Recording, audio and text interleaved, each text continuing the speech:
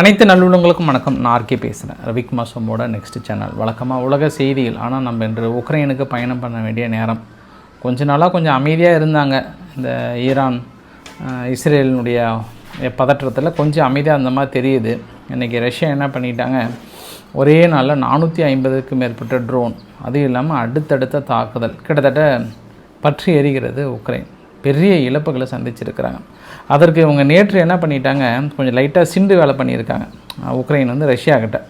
அதற்கு கொடுத்த பதிலடியா அப்படின்னு பார்க்க போகிறோம். அது இல்லாமல் உக்ரைனில் இருக்கக்கூடிய மிக முக்கியமான லித்தியம் ஃபீல்டு ஒன்று, அது ரஷ்யா நேற்று தன்வசப்படுத்தியிருக்கிறாங்க. அடுத்தடுத்து கிரவுண்ட் ஆப்ரேஷனில் தொடர்ந்து முன்னேறி இருப்பதாக சொல்கிறாங்க. இது அங்கே இருக்கக்கூடிய நிகழ்வுகள். அதை தாண்டி இந்தியா பாகிஸ்தானுடைய விவகாரம் போதாகாரமாக கிளம்புவதற்கான வாய்ப்புகள் சற்று பிரகாசமாக தென்படுகிறது. ஏன்னா பாகிஸ்தான் ஆக்குபைடு காஷ்மீர் பகுதியில் மறுபடியும் தீவிரவாதிகள் பெரிய அளவுக்கு ஊடுருவி இருக்காங்கன்ற தகவலும், அடுத்தடுத்த சம்பவங்கள் அங்கே ஒரு சில நிகழ்வுகள் இருக்கிறது. அதை தாண்டி ஒரு சில விஷயங்கள் நம்ம பேச வேண்டியது இருக்கிறது.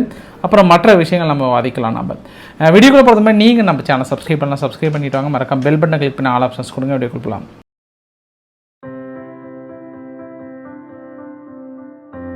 மிக முக்கியமான தகவல், கூடிய விரைவில் இன்று இரவுலேருந்து நீங்கள் கவுண்ட் டவுன் ஸ்டார்ட் பண்ணிக்கோங்க. இல்லைனா அந்த வீடியோ பதிவிலிருந்து நீங்கள் கவுண்ட் டவுன் ஸ்டார்ட் பண்ணிக்கோங்க. கவுண்ட் டவுன் அப்படின்னா இஸ்ரேல் ஈரானுக்கான யுத்தக்களம் மறுபடியும் தொடங்கிவிட்டது. அதற்கான அறிகுறிகள் நிறைய தென்படுகிறது. இதையும் நீங்கள் 100 எத்தனை பர்சன்ட்னாலும் எதிர்பார்க்கலாம். பட் தாக்கல் நடத்தாமல் இருப்பதற்கான வாய்ப்புகள் 1% கூட இல்லை. தாக்கல் நடப்பதற்கான வாய்ப்புகள் ஃபுல் பர்சன்டேஜில் நீங்கள் ஃபுல்ஃபில் பண்ணிக்கலாம். அதற்கான வேலைகளும் மும்முரமாக நடைபெற்று கொண்டிருக்கிறது.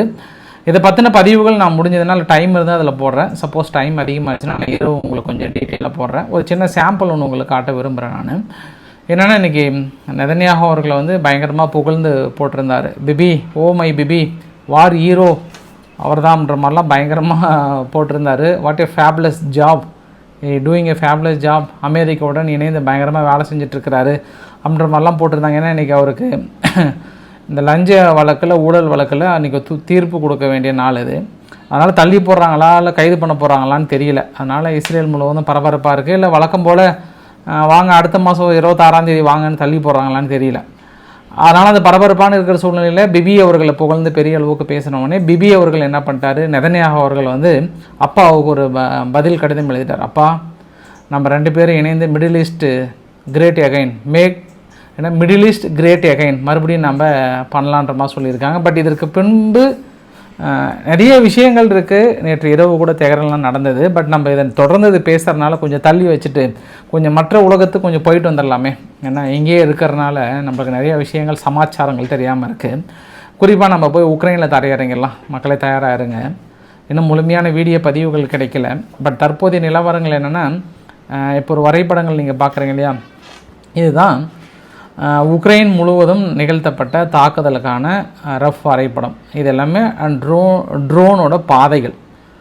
40க்கும் மேற்பட்ட மிசைல்ஸால் தாக்குதல் நிகழ்த்தியிருக்காங்க. குறிப்பாக உக்ரைனுடைய நகரங்கள் லிவ், ஜாப்ரோசியா, செஸ்கோவ், மைக்கோல்வியா, கிரம்செக், அப்புறம் போல்டோவா ரீஜியன், இந்த எல்லா இடத்துலையும் பெரிய அளவுக்கான தனது தாக்குதலை நிகழ்த்தியிருக்காங்க. இந்த தடவை கியூவுக்கு கொஞ்சம் ரெஸ்ட் விட்டுட்டு மற்ற பகுதியில் தாக்கல் நிகழ்த்தியிருக்காங்க. இதில் ட்ரோன் மட்டுமே 450, 18 கின்சால் மிசைல்ஸ் யூஸ் பண்ணியிருக்கு. கின்சால் க்ரூஸ் மிசைல்ஸ் லான்ச் பண்ணியிருக்காங்க. அதில் 7 சுட்டு வீழ்த்தின்னு கிளைம் பண்ணுறாங்க. 8 கேலிபர் க்ரூஸ் மிசைல்ஸில் 1 இன்டர்செப்ட் பண்ணிட்டு வந்துட்டாங்க. 5 கின்சால் ஹைப்பர்சோனிக் பாலஸ்டிக் மிசைல்ஸில் எதுவும் இன்டர்செப்ட் பண்ணல.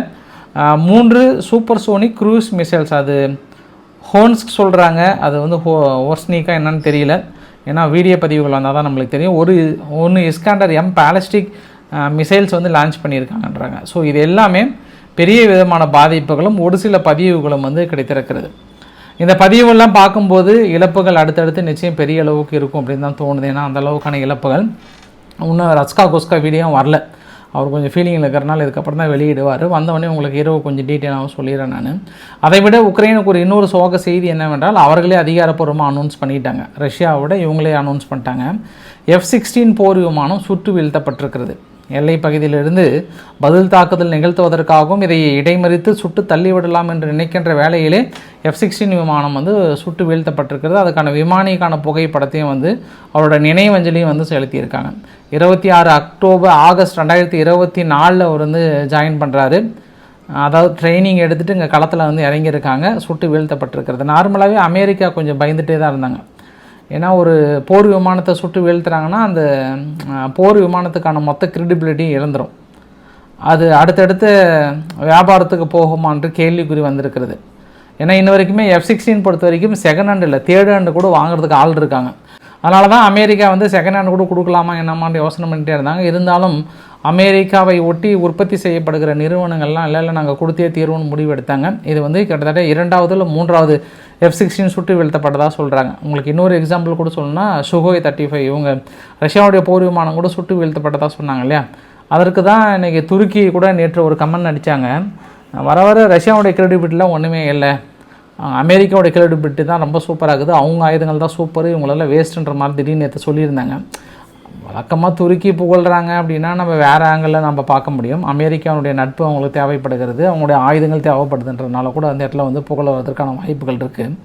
அதனால் இந்த 2 ஆங்கிளில் பார்க்கலாம். அடுத்தடுத்து F-16 இதுக்கப்புறம் கொடுக்க போகிறாங்களா, சுட்டு வீழ்த்தப்படுதா என்னன்றதை பார்த்துடலாம் நம்ம. இன்னொரு மிக முக்கியமான விஷயம் வரைபடத்தில் பார்க்குறீங்களே, இந்த வரைபடத்தில் மொத்தமாக 3 ரவுண்ட் இருக்குது, 3 வட்டங்கள் இருக்கா.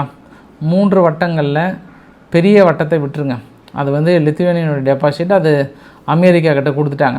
பட் மீதி 2 இருக்குல்ல, பால்கா டெபாசிட் சொல்லுவாங்க அந்த கடற்பகுதிக்கு மேலே, இன்னொன்று வந்து செவ்செஸ்கோன்னு சொல்லுவாங்க, செவ்சென்ஸ்கோ.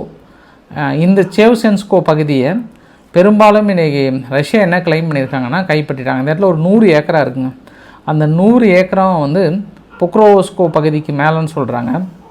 இந்த பகுதியில் அங்கே லித்தியம் வந்து அதிகமாக இருக்குது. அந்த லித்தியம் அதிகமாக இருக்கிறத தனது கட்டுப்பாட்டுக்குள்ளே கொண்டு வந்திருக்காங்க.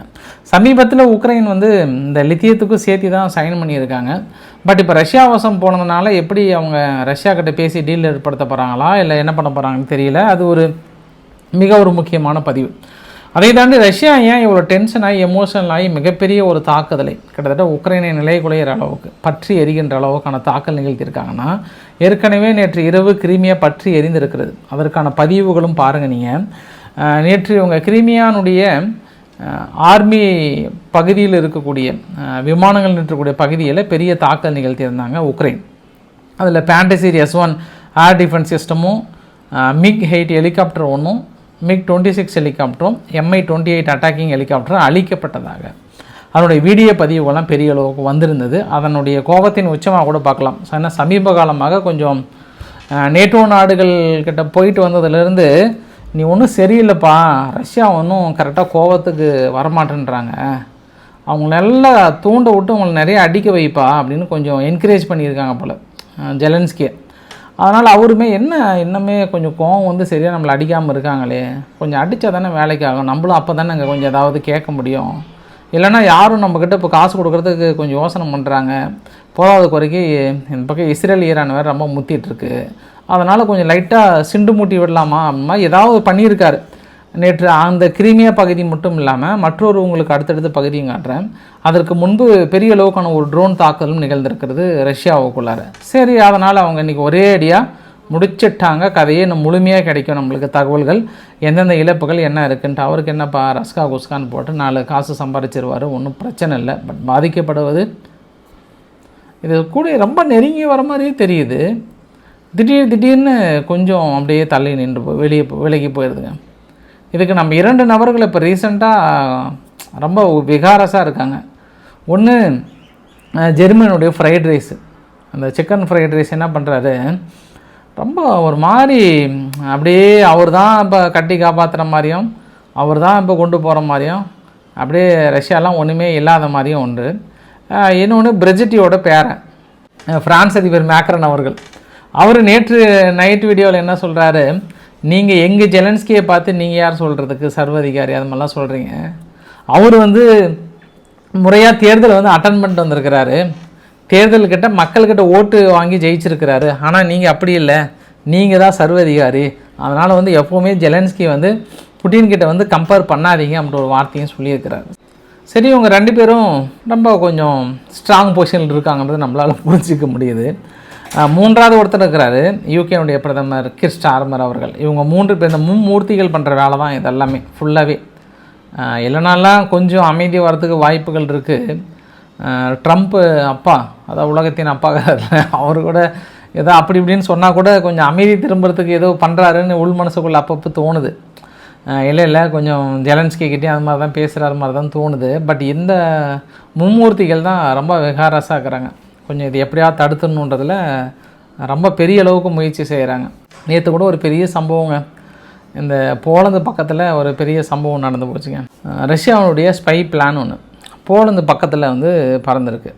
போலந்து பக்கத்தில் பறந்தவொடனே ஜெர்மனியுடைய ஃபைட்டர் ஜெட்டும் இந்த பக்கம் போலனுடைய ஃபைட்டர் ஜெட்டும் விருன்னு வந்துடுச்சு. என்னலே எங்கள் ஏரியாவுக்குள்ளார யாரை கேட்டு உள்ளே வரீங்க அப்படின்ற மாதிரி கொஞ்சம் மிரட்டுற மாதிரி இருந்திருக்கு போல். அதுக்கப்புறம் அப்படியே சரின்னு சொல்லிட்டு அப்படியே வளைச்சி கொஞ்சம் ஒரு 40 கிலோமீட்டர் பக்கம் வரைக்கும் வந்துட்டு கொஞ்சம் ஒரு சில விஷயத்தெல்லாம் பார்த்துட்டு அப்படியே கிளம்பி போயிடுச்சு. கிளம்பி போனதுனால இந்த பக்கம் போலந்து ஜெர்மனி என்ன சொல்கிறாங்கன்னா ஜஸ்ட் மிஸ்ஸு, இல்லைன்னு வச்சுக்கோங்க சுட்டு வீழ்த்திருக்கலாம், நேட்டோ நாடுகள் உள்ளே பூந்துருக்கலாம், முடிச்சிருக்கலாம், கதையை தப்பிச்சு போயிடுச்சு அப்படின்ற மாதிரிலாம் வந்து சொல்கிறாங்க. யார் தப்பிச்சாங்க என்னன்னு தெரியல, இவங்க வேறு ஒரு பக்கம் வந்து ரொம்ப விகாரஸாக இருக்காங்களே அப்படின்னு நானும் நினச்சிக்கிட்டேன் நான். சரி, இப்போ அடுத்த மிக முக்கியமான தகவல் என்னென்னா, நேற்று இந்த நார்த் வசிரிஸ்தான் பகுதியில் தகரிக்கே தாலிபன்கள் வந்து கிளைம் பண்ணியிருந்தால் கூட நேற்று அவங்களுடைய கான்வே, அதாவது பாகிஸ்தானுடைய இராணுவ வாகனம் சென்று கொண்டிருக்கிறது. திடீர்னு ஒரு தற்கொலைப்படைதாரி அப்படியே வேகமாக வராரு, டமார்னு மோதுறாரு, வெடித்து சிதறுது. வெடித்து சிதறினதில் இன்ன வரைக்கும் 19க்கும் மேற்பட்ட இராணுவ வீரர்கள் இழந்திருக்காங்க. நிறைய பேர் வந்து படுகாயம் அடைந்திருக்காங்க. இதற்கு பாகிஸ்தான் அரசாங்கம் என்ன சொல்லுதுன்னா, அது முழுக்க இந்தியா தான் காரணம், இந்தியா தான் இந்த அளவுக்கான வேலைகளை செய்திருக்கிறதுன்னு ஒரு ஸ்டேட்மெண்ட்டு. அதற்கு இந்தியா சார்பாக வந்து தனது கடும் கண்டனம், சாதாரண கண்ணில் கண்ணை குத்துற கண்டனம் தெரிவிச்சிட்டாங்க. யாரை கேட்டு என்ன பார்த்து சொல்கிறேன், நீங்கள் உங்களை அங்கே இருக்கக்கூடிய இதை முடிக்கும்போதெல்லாம் நீங்கள் வந்து இந்தியாவை தொடர்புபடுத்துவது என்பது கடுமையான எச்சரிக்கை விட்டுக்கொள்கிறேன் அப்படின்ற மாதிரி சொல்கிறாங்க. சரி, இந்த கண்டனம் அப்படியே ஒரு பக்கம் பாக்கெட்டில் போட்டு வச்சுக்கலாம், ஏன்னா நம்மளுக்கு தேவைப்படும். இன்னொரு விஷயம் என்னென்னா, ஆசிப் முனீர் வந்து அங்கே இராணுவ வீரர்கள் பயிற்சி முகாம் முடிஞ்சதுக்கப்புறம் தலைவர் போய் வேற உரை ஆட்டுறாரு. அந்த வேற உரையில் என்ன சொல்கிறாருன்னா, அது அவங்களுக்கு வேற உரை, அது காஷ்மீர் பகுதியை முழுமையாக நம்ம மீட்டெடுக்கணும், அதில் எந்த மாற்று கருத்துக்கு மேலே ஃப்ரீ காஷ்மீரை நம்ம பிரதானமாக மனசுக்குள்ளே வச்சுக்கோங்க. மனசுக்குள்ளே வைக்கிறது இல்லாமல் இன்னொரு விஷயம், பகல்காம் தாக்குதல் மாதிரி இன்னும் ஒரு சில நிகழ்வு நடந்தால் அது ஆட்டோமேட்டிக்காக நம்ம வழிக்கு வந்துடுன்ற மாதிரி லைட்டாக பேசுனதாக சொல்கிறாங்க. இப்போ ஒரு இராணுவ தளபதி அங்கே போயிட்டு இந்த மாதிரியான தாக்குதல்களை உற்சாகப்படுத்துகிற மாதிரி அதுக்கு ஏற்ற மாதிரி நீங்கள் நடந்துக்கோங்க அப்படின்னு சொல்கிறாரு. இது 2வது சம்பவமாக வைத்துக்கலாம். 3வது சம்பவம் என்ன, இந்த பிலாவல் பூட்டோ. இந்த பிலாவல் பூட்டோ ஒரு அரசியல் கட்சி தலைவர்னு வச்சுக்கோங்களேன். அவர் என்ன பேசுகிறாருன்னா, இன்னும் கொஞ்ச நாள் நான் வெயிட் பண்ணி பார்ப்பேன், நம்மளுக்கு தேவையான நதிநீரோட பங்கீடு அங்கே கொடுக்கல அப்படின்னா, யார் இந்தியா கொடுக்கலன்னா நாங்கள் வாட்டு போயிட்டு பிடிச்சிட்டு போயிட்டே இருந்துருவோம். நாங்கள் அதுக்கப்புறம் அவங்க நம்மக்கிட்ட கெஞ்ச வேண்டிய ஒரு சூழ்நிலை வரும். பூப்பாதையாக சிங்கப்பாதையாக முடிவு பண்ண வேண்டியது நீங்கள் இந்தியா தான். இதுக்கப்புறம் நாங்களாம் இல்லை, பார்த்து கொஞ்சம் சோதானமாக விட்டுட்டாங்கன்னா பிரச்சனை இல்லை, இல்லைனா வந்து பிடிச்சிட்டு போயிட்டே இருந்துடும், கொஞ்சம் கேர்ஃபுல்லாக இருந்துக்கோங்க அப்படின்னு அவர் ஒரு பக்கம் வந்து எச்சரிக்கை கொடுக்குறாரு. இதெல்லாம் பார்க்கும்போது உங்களுக்கு விளையாட்டு செய்தியெல்லாம் நினச்சிடாதீங்க, ரொம்ப சீரியஸாக பேசிகிட்டு இருக்காங்க அவங்க. சரி, இன்னொரு செய்தி என்ன அப்படின்னா, அதாவது என்டிடிவி சேனல் இருக்குல்ல, அவங்க வந்து ஃபஸ்ட்டு ஒரு சில நிகழ்வுகளை ஒட்டு கேட்டதன் அடிப்படையில் சொல்கிறாங்க. அப்படி இல்லைனா அவங்க மறுவைத்த நபர்கள் வந்து கிட்டத்தட்ட கன்ஃபார்ம் பண்ணுறாங்க. என்டிடிவி நியூஸ் வந்து ஒரு பக்கம் நம்ம பிறந்தல்னா கூட அங்கே பாகிஸ்தான் ஆக்குபைடு காஷ்மீரில் அங்கே, அதாவது இதுக்கு முன்னாடிலாம் பெரிய பெரிய முகாமெல்லாம் இருந்தது இல்லையா, இப்போல்லாம் என்ன பண்ணுறாங்கன்னா ஒரே முகாமாக வந்து அவங்க பிளான் பண்ணல. இதுக்கு பின்புலமாக வந்து பாகிஸ்தான் உளவு அமைப்பு இருக்குது, ISI வந்து இருக்குது. எல்லாமே பிரித்து கட்ட சொல்கிறாங்க. அதற்கான கட்டிட வேலைகள் ரொம்ப தீவிரமாக போயிட்டுருக்கலாம். பெரும்பாலும் பங்கர்ஸாக வந்து முடிவு பண்ணியிருக்காங்க. இது எல்லாமே ஒரு 5 பேராக ஒரு குரூப்பு, அடுத்த 5 பேராக ஒரு குரூப். இதுக்கு முன்னாடி வந்து மாசாக உள்ளே இருந்து திடீர்னு தாக்கல் நிகழ்த்திட்டாங்கன்னா பெரிய பிரச்சனை இருக்குது. அதனால் பெரிய அளவுக்கான ஒரு பயங்கரமான திட்டத்தில் இருக்காங்க. இது எல்லாமே அங்கங்கே தனித்தனியாக பிரித்து இப்போ வந்து அதுக்கான பலிய திட்டத்தில் இருக்காங்கன்னு சொல்லிட்டு இன்றைக்கி பெரிய அளவுக்கான ஒரு அதிர்ச்சிகரமான தகவலும் அடுத்தடுத்த ஆய்வுகளும் அடுத்தடுத்த ஒரு சில சம்பவங்களும் வந்து அங்கேருந்து கிடைத்த வண்ணம் தான் இருக்கிறது. சரி, இப்போ வந்து உங்கள் மனசுக்குள்ளே தோணும், இப்போ இந்தியா வந்து உடனே இந்த காரணத்தெல்லாம் காட்டி நம்ம வந்து பாகிஸ்தானை தனிமைப்படுத்த முடியுமானா அது ஆகார காரியம் இல்லை. அதனால் இன்ன வரைக்கும் இந்தியா அந்த காலத்துலேருந்து நம்ம இந்த காலத்து வரைக்கும் பாகிஸ்தானை என்ன நம்ம பெருசாக தனிமைப்படுத்திட்டோம் அப்படின்னா, கொள்கை ரீதியாகவும் மற்ற எந்த ரீதியாகவும் எனக்கு எதுவும் இது பண்ண மாதிரி தெரில. அமெரிக்கா கூப்பிட்டு பெரிய அளவுக்கு அங்கே ட்ரீட் வச்சு அரவணைக்கிறாரு.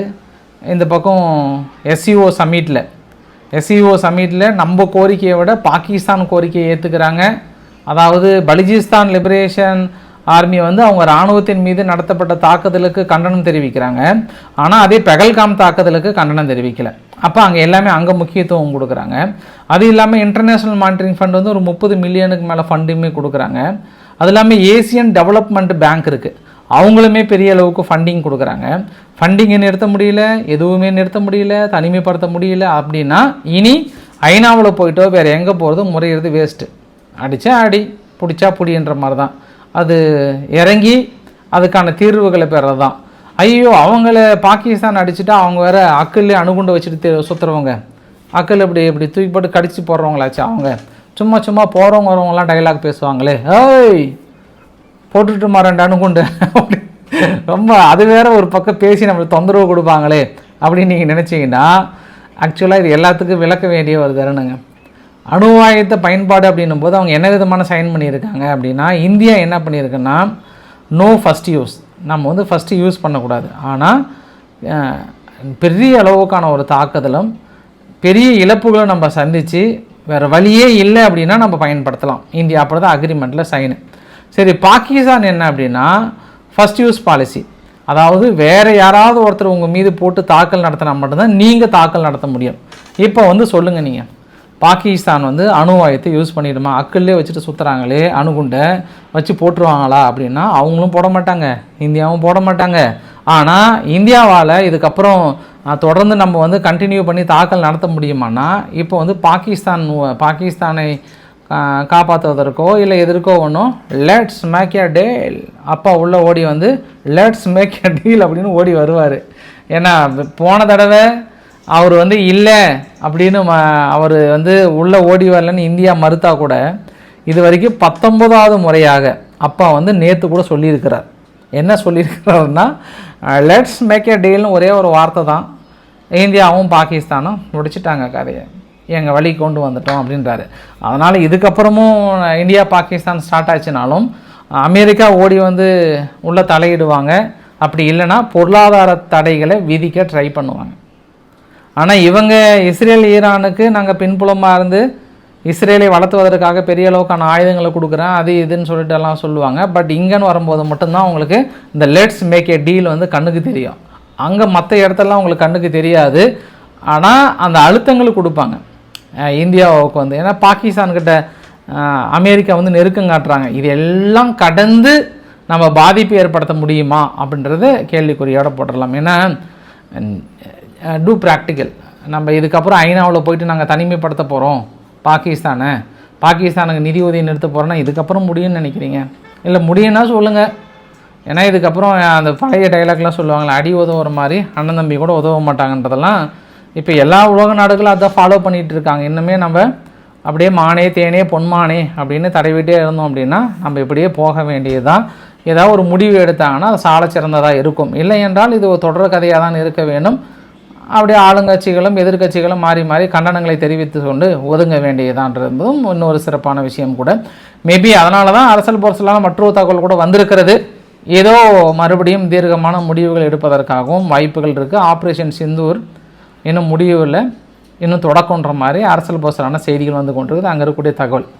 அடுத்து மிக முக்கியமான பதிவு என்னென்னா, எப்போ ட்ரம்ப் அவர்கள் வந்து இன்னும் 2 வாரத்தில் நான் காசாவுக்குள்ளார பேச்சுவார்த்தை கொண்டு வர போகிறேன், ஆஸ்ட்ரேஜஸை நான் ரிட்டர்ன் கொண்டு வர போகிறேன்னு சொன்னாரோ, கடந்த 3 நாட்களாக அடுத்தடுத்த பகுதிகளை அதிரடியாக வெளியேற்றி பெரிய ஒரு தாக்குதலை, பெரிய ஒரு இழப்புகள், ஆவரேஜாக ஒரு நாளைக்கு 80 பேர்த்துக்கு மேலே தொடர்ந்து இறப்புகள் வந்து அந்த இடத்துல சந்திச்சுட்டே இருக்காங்கன்ற ஒரு கூடுதல் தகவல். எப்போவுமே ஒரு வார் முற்று பெறுகிறது என்றால் அந்த முற்று பெறுகிற சமயத்தில் ரொம்ப உக்கரமாக இருக்கும் அந்த இடத்துல தாக்குதல். பெரிய அளவுக்கான ஒரு தாக்குதல் அந்த இடத்துல நிகழ்ந்து கொண்டிருக்கிறது. காசாவுக்குள்ளார அக்டோபர் 7 மூளையாக செயல்பட்ட அமாஸ்னுடைய ஃபவுண்டர் லிங்க்குடைய மிக முக்கியமான நபர் ஹாக்கம் அல் இசா, அவர் தான் வந்து ட்ரைனிங் கொடுத்தது. அந்த ட்ரைனிங் கொடுத்ததில் அவர் வந்து நேற்று கொல்லப்பட்டிருக்கிறார் அப்படின்ற ஒரு தகவல். மற்றும் ஹெஸ்புல்லானுடைய கமாண்டர் அபாஸ் அல் ஹசன் வஹாபி சவுத் லெபனான் பகுதியில் ஒரு பைக்கில் போகும்போது திடீர்னு ட்ரோன் தாக்குதல் மூலிமா வந்து கொல்லப்பட்டிருக்கிறார். இது 2 தகவல்.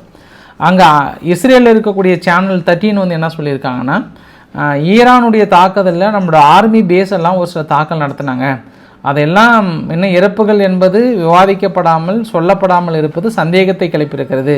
மேபி இஸ்ரேல் இறப்புகளை சந்திக்கணும்னு அவங்க ஊடகங்களே வந்து ஒரு சில கேள்விகள் வந்து எழுப்பியிருக்காங்க. இந்த ஃபாக்ஸ் நியூஸ் சேனல் வந்து இந்த ஒரு செய்தியை வெளியிட்டிருக்காங்க. ஹமாஸ் வந்து அங்கே இருக்கக்கூடிய ஹமாஸினுடைய அதாவது ஆயுதமேந்தியவர்களுக்கு அமெரிக்க மக்களையும் அங்கே எய்டு ஒர்க்கரையும் சுட்டு கொள்ளுங்கோ அப்படின்னு சொன்னாங்கன்ட்டு ஃபாக்ஸ் நியூஸ் வந்து சொன்னதாக யாகு நியூஸில் வந்து போட்டிருந்தாங்க. இந்த செய்தியினுடைய உண்மைத்தன்மை எனக்கு எந்த அளவுக்கு உண்மைன்னு தெரியல. வரவால நியூஸ் சேனலில் கூட நம்புறதா விட்டுறதான்னு தெரியல. அந்தளவுக்கு சொல்லியிருப்பாங்களான்னு தெரியல.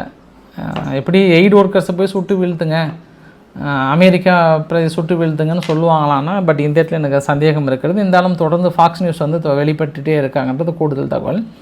யூகேவுக்குள்ளார பெரிய ஒரு ராப் சாங்கர் ஒருத்தர் பாப் இலான்னு ஒருத்தர் ஒரு நிறைய மக்கள் கேதர் பண்ணுற இடத்துல என்ன பண்ணிட்டாரு, ஐடிஎஃப்க்கு எதிரான ஒரு சாங்கு, அவங்க death to IDF, death to Israel அப்படின்ட்டு பாலஸ்தீனத்தை கொடி ஏற்றிட்டு பயங்கரமான ஒரு ராப் சாங்கை பாடியிருக்கிறார். அந்த வீடியோ பதிவு கொஞ்சம் அடுத்தடுத்து பேன் பண்ணிட்டு வரதுனால சரி நம்மளே போட்டு இது பண்ணிட வேண்டாம்னு சொல்லிட்டு புகைப்படத்தை போட்டு வெளியிடுறேன். அந்த புகைப்படத்தை போட்டதுனால இன்றைக்கி இஸ்ரேலுடைய எம்பசி யூகே கிட்ட கேள்வி மேலே கேள்வி கேட்குறாங்க. எவ்வளோ பொது வெளியில் ஒரு ஆன்டிசெமிஸ்டம் நடக்குது, எப்படி நீங்கள் வந்து அலோவ் பண்ணிங்கன்ற மாதிரியும். உடனே யூகே என்ன பண்ணுறாங்க, அதுக்கு நாங்கள் விசாரணைக்கு உத்தரவிட்டிருக்கிறோன்ற மாதிரி சொல்கிறாங்க. ஃபைனலாக உங்களுக்கு ஒரு பதிவு ஒன்று வீடியோ பதிவு பாருங்கள். இது சீனாவில் 2 மாகாணங்கள், ஒன்று வந்து ரோன்ஜியாங் அப்படின்ற ஒரு மாகாணமும், இன்னொன்று வந்து குவான்சோ அப்படின்ற மாகாணம். 2 மாகாணத்தில் மழை வெள்ள பாதிப்புகள் முடிஞ்சதுக்கப்புறம் ஒன்று மழை வெள்ளத்திலையும் பெரிய அளவுக்கான பாதிப்புகள். சீனா தொடர்ந்து பெரிய பாதிப்புகளையும் இழப்புகளையும் சந்தித்து கொண்டிருக்கிறது கடந்த ஒரு வார காலமாக. பெரிய இழப்புகள், அங்கே இருக்கக்கூடிய நிறைய சேதாரங்களையும் பார்க்க முடியுது. ஃபைனலாக ஒரு விளையாட்டு செய்தியோடு முடிச்சிடுறேன். துருக்கியினுடைய இன்டெலிஜென்ட்டும் சிரியானுடைய ஆர்மியும் இணைந்து அல் ஜுலானியை வந்து கொலை பண்ணுறதுக்கு ட்ரை பண்ணாங்களாம். சதன் தஹாரான்ற பகுதியில் அசோசியேஷன் ட்ரை பண்ணும்போது அப்படியே போய் கழுத்து பிடிக்க, டேய் என்ன பண்ணுறீங்கன்னு சொல்லிட்டு பிடிச்சி கைது பண்ணியிருக்காங்க. என்ன ஏதுன்னு விசாரித்து அதுக்கப்புறம் வந்து கைது பண்ணிட்டாங்களாம். நல்ல வேலை, அவர் இல்லைனா முடிச்சுட்டுப்பாங்க கதையன்றாங்க. ஐயா நிஜமாகவே இது அவங்க தானா, இல்லை துருக்கி இன்டெலிஜென்ட்டே கொஞ்சம் விசாரிக்க வேண்டியது இருக்கிறது. ஏன்னா ஜுலானி அரசாங்கம் சமீப காலமாக துருக்கியை விட்டு விலகி அமெரிக்கா இஸ்ரேலை நோக்கி சென்று விட்டது. அதனால் நீங்களே போட்டு தரலான்னு கடைசியில் முடிவெடுத்து கடைசியில் அங்கே சிரியா அரசாங்கம் கண்டுபிடிச்சதுனால நாங்களும் உங்களோட சேர்ந்துக்கிட்டுன்னு சொல்லி நீங்கள் அறிக்கைப்படுறீங்களான்றது எனக்கு துருக்கி மேலே சந்தேகமாக இருக்குது. அதனால் கொஞ்சம் பார்த்து ஜுலானி கொஞ்சம் பொறுப்பாக சூதானமாக இருந்துக்கோங்க. அவங்களே ஏதாவது பார்த்து உங்கள் மேலே பழி போட்டுற போகிறாங்கன்றது கூடுதல் தகவலோட. நேற்று ஹங்கேரியில் என்ன பண்ணிட்டாங்க, எல்ஜிபிடிக்யூ ப்ரைடுன்னு சொல்லிட்டு பெரிய ஒரு க்ரௌடு பார்க்குறீங்களே இது. ஆனால் ஹங்கேரியுடைய பிரதமர் விக்டர் ஓர்பன் என்ன சொல்கிறாருன்னா, யாரெல்லாம் இந்த போராட்டத்தில் கலந்துக்கிறீங்களோ அவங்க மீது நான் ஆக்ஷன் எடுப்பண்றாரு. ஆல்மோஸ்ட் ஒரு 1,40,000 பீப்புளுக்கு மேலே கலந்துக்கிறாங்க. அவ்வளோ பேர்த்துக்கு மேலே எப்படி ஒரு அரசாங்கத்தால் ஆக்ஷன் எடுக்க முடியும்னு தெரியல. அது பெரிய ஒரு வார்த்தை கிளப்பியிருக்கிறது ஒன்று. 2வது விஷயம் என்ன அப்படின்னா, செர்பியாவில் வவுசிக் அவர்களுக்கு எதிராக தொடர்ந்து போராட்டம் நடைபெற்று கொண்டிருக்கிறது. அவர் பதவி விலக வேண்டும் என்று சொல்லிட்டே தாங்கிறாங்க. 3வது விஷயம் என்ன, லிபியாவில் ஆளுகின்ற அரசாங்கத்துக்கு எதிராக மக்கள் போராட்டம், மக்கள் புரட்சி வெற்றி பெற்றிருக்கிறது. ஆல்மோஸ்ட் அவங்க ரிசைன் பண்ண போகிறாங்கன்ற ஒரு கூடுதல் தகவலும் வந்திருக்கிறது. இன்றைக்கு ஓரளவுக்கான தகவலை கவர் பண்ண நினைக்கிறேன். பிடிச்சிருந்தா லைக் பண்ணுங்கள், ஃப்ரெண்ட்ஸுக்கு ஷேர் பண்ணுங்கள், சப்ஸ்கிரைப் பண்ணுங்கள். ரவிக்குமார் சேனல். நன்றி, வணக்கம்.